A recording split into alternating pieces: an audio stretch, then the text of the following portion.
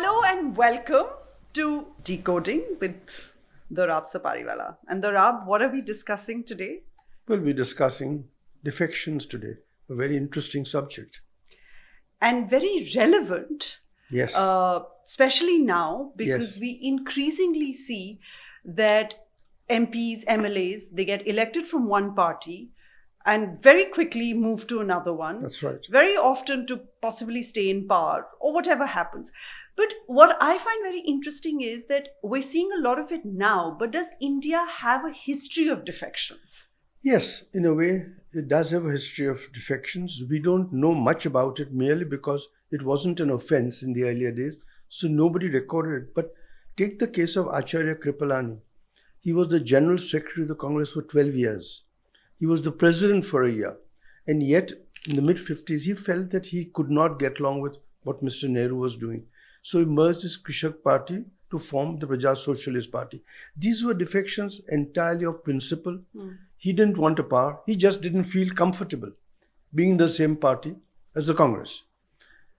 So the first 10, 15 years, there was Congress ruling non-stop. Then the Congress break came. And as the Congress break came, in the states too, a lot of regional parties felt that they also needed to get into power. So they formed groups, mainly in northern India, under the name SVD. And in UP, for instance, there were 10 or 15 parties that got together under the leadership of Charan Singh to form a government. So then defections kept on taking place. Then came the great Janta experiment. When the Janta party broke up, we must understand one thing. If a whole party goes, that's not defection. Right. Individuals are, one can ally with somebody else and one can change the alliance. That's not defection. But after the emergency, some new parties were formed like BJP, like Samajwadi Party. And then defections also began until they got entirely out of hand. That, people were defecting all the time. So then came the story of Aaya Ram Gaya Ram, whom you've interviewed recently. Yes, I just interviewed him, in fact, just a short while ago, and we'll play that clip for our viewers. Decoder से बात करने के लिए बहुत बहुत धन्यवाद। मैं आपसे पूछना चाहती थी कि आजकल इतनी बातें होती हैं इलेक्शन के टाइम में कि कोई भी एमएलए या एमपी एक पार्टी से जीतते हैं और 1 या 2 दिन में या 1 या 2 महीने बाद एकदम सरकार में चले जाते हैं या पार्टी बदल लेते हैं और ये काफ़ी टाइम से अब तो होता आ रहा है, लेकिन पहले जैसे जब आपके फादर थे पॉलिटिक्स में, तो उस टाइम उन्होंने जब पार्टी बदली थी, तो उस टाइम उनके नाम से ये बहुत चर्चित हो गया था, आया राम गया राम कह के। लेकिन आप हमें ये बताएं कि उस टाइम एग्जैक्टली हुआ क्या था जब उन्होंने पार्टी बदली थी और इतनी बार बदली थी? नहीं, उन्होंने कोई पार्टी नहीं बदली। 67 में इंडिपेंडेंट एमएलए बने थे। पंडित भगवत दयाल शर्मा से मतभेद थे पिताजी के और उन्होंने गुड़गांव के रहने वाले मनोहर सिंह आजाद को टिकट दिलवाया था। पिताजी का टिकट नहीं होने दिया था, तो पिताजी इंडिपेंडेंट चुनाव लड़े थे और इंडिपेंडेंट चुनाव जीते थे 67 में। तो चौधरी चांदराम ने आकर के पिताजी से कहा था कि आप मुझे सपोर्ट कर दें तो मैं मुख्यमंत्री बन सकता हूं। तो पिताजी ने कहा कि मेरा तो पंडित भगवत दयाल शर्मा के नाम से विरोध था, अगर आपको बनाने के लिए मैडम तैयार हैं तो मुझे कोई ऐतराज नहीं है, मैं कांग्रेस ज्वाइन कर लूँगा। कांग्रेस ज्वाइन कर ली, तभी फिर दोबारा से बजाय चौधरी चांदराम का फिर दोबारा से पंडित भगवत दयाल शर्मा का फैसला कर दिया कि उन्हीं को कैंडिडेट डिक्लेयर कर दिया कांग्रेस हाईकमान। उसका फिर पिताजी ने कहा कि मैं पंडित भगवत दयाल शर्मा से तो मेरा विरोध है, मैं उनके लिए तैयार नहीं हूँ, तो उन्होंने सपोर्ट अपनी विड्रॉ कर ली। एक दिन बस, और इसके अलावा और कुछ नहीं हुआ। कांग्रेस ज्वाइन की और जब दोबारा से पंडित भगवत दयाल शर्मा का नाम आया तो वो सपोर्ट विड्रॉ कर ली। सेशन चल रहा था, उमाशंकर दीक्षित गृह मंत्री थे, उन्होंने ये टिप्पणी की थी आया राम गया राम। ये जो टाइटल मिला है आया राम गया राम, जो अब सब बहुत लोग कहते हैं वो गलत है। आप कह रहे हैं कि उन्होंने सिर्फ पहले इंडिपेंडेंट एमएलए थे, कांग्रेस ज्वाइन करी और फिर कांग्रेस से सपोर्ट विड्रॉ किया और कुछ नहीं किया। विड्रॉ करके राव वीरेंद्र को सपोर्ट दे, बस इतना है। आजकल जो जिस तरीके से नेता या तो सांसद पार्लियामेंट में, स्टेट असेंबलीज में जिस तरह से ये अपनी पार्टियां बदलते हैं, ये मतलब और बहुत रिपोर्ट में आता है, अब सच है कोई एविडेंस तो इस कभी-कभी आया है, नहीं आया है कि बहुत खरीद फरोख्त होती है। तो उस हिसाब से क्या आपको लगता है कि एक नया लॉ आना चाहिए, कुछ होना चाहिए जिससे ये खत्म हो जाए? नहीं तो खत्म होना ही चाहिए बिल्कुल। जो जिस पार्टी से जो इलेक्ट होके जाता है, अगर उस पार्टी को वो धोखा देता है तो उसका बिल्कुल होना चाहिए। इसमें कोई, इसी के लिए तो राजीव गांधी जी ने एंटी डिफेक्शन लॉ बनाया था। लेकिन अब तो कोई पार्टी का उसको वोट चोरी को छोड़ो, सीट चोरी को छोड़ो, सरकारी चोरी हो जाती है। That was Mr. Uday Bhan's version of his father, the famous Aaya Ram Gaya Ram. There are other versions too, but whatever be the truth, the fact is that the government then decided it had to act.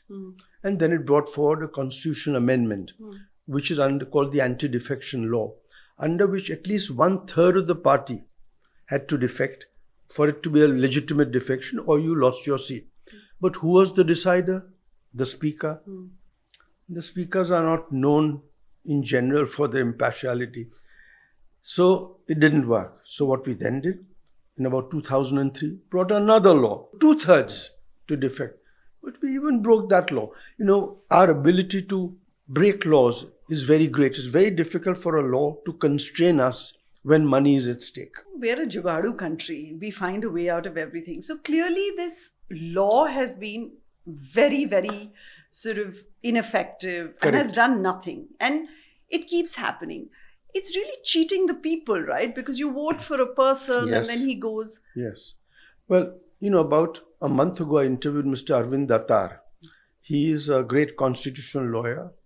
So his solution is that the member of parliament or legislative assembly who defects should not be able to stand for election again in the same seat or in any seat until the House rises, which means at the end of the 5-year period. I think that's a very, very mild remedy. Let us look at what's happened since May. We have had elections in Tamil Nadu. About 2 days later, 5 guys from the AIDMK said, we are resigning from parliament. Later, another 15-20 guys. Go at Calcutta. Horde, 60-70 people left Mamta Di. And in Delhi, it's happening every day. It's happening one morning in Maharashtra, not happening, happening another morning, not happening. So it's happening all the time. So if we are serious about it, let's assume that for a moment that we are, I think we need to do something more drastic than what they are proposing. What I propose is that, let's take Mr. Datta's suggestion.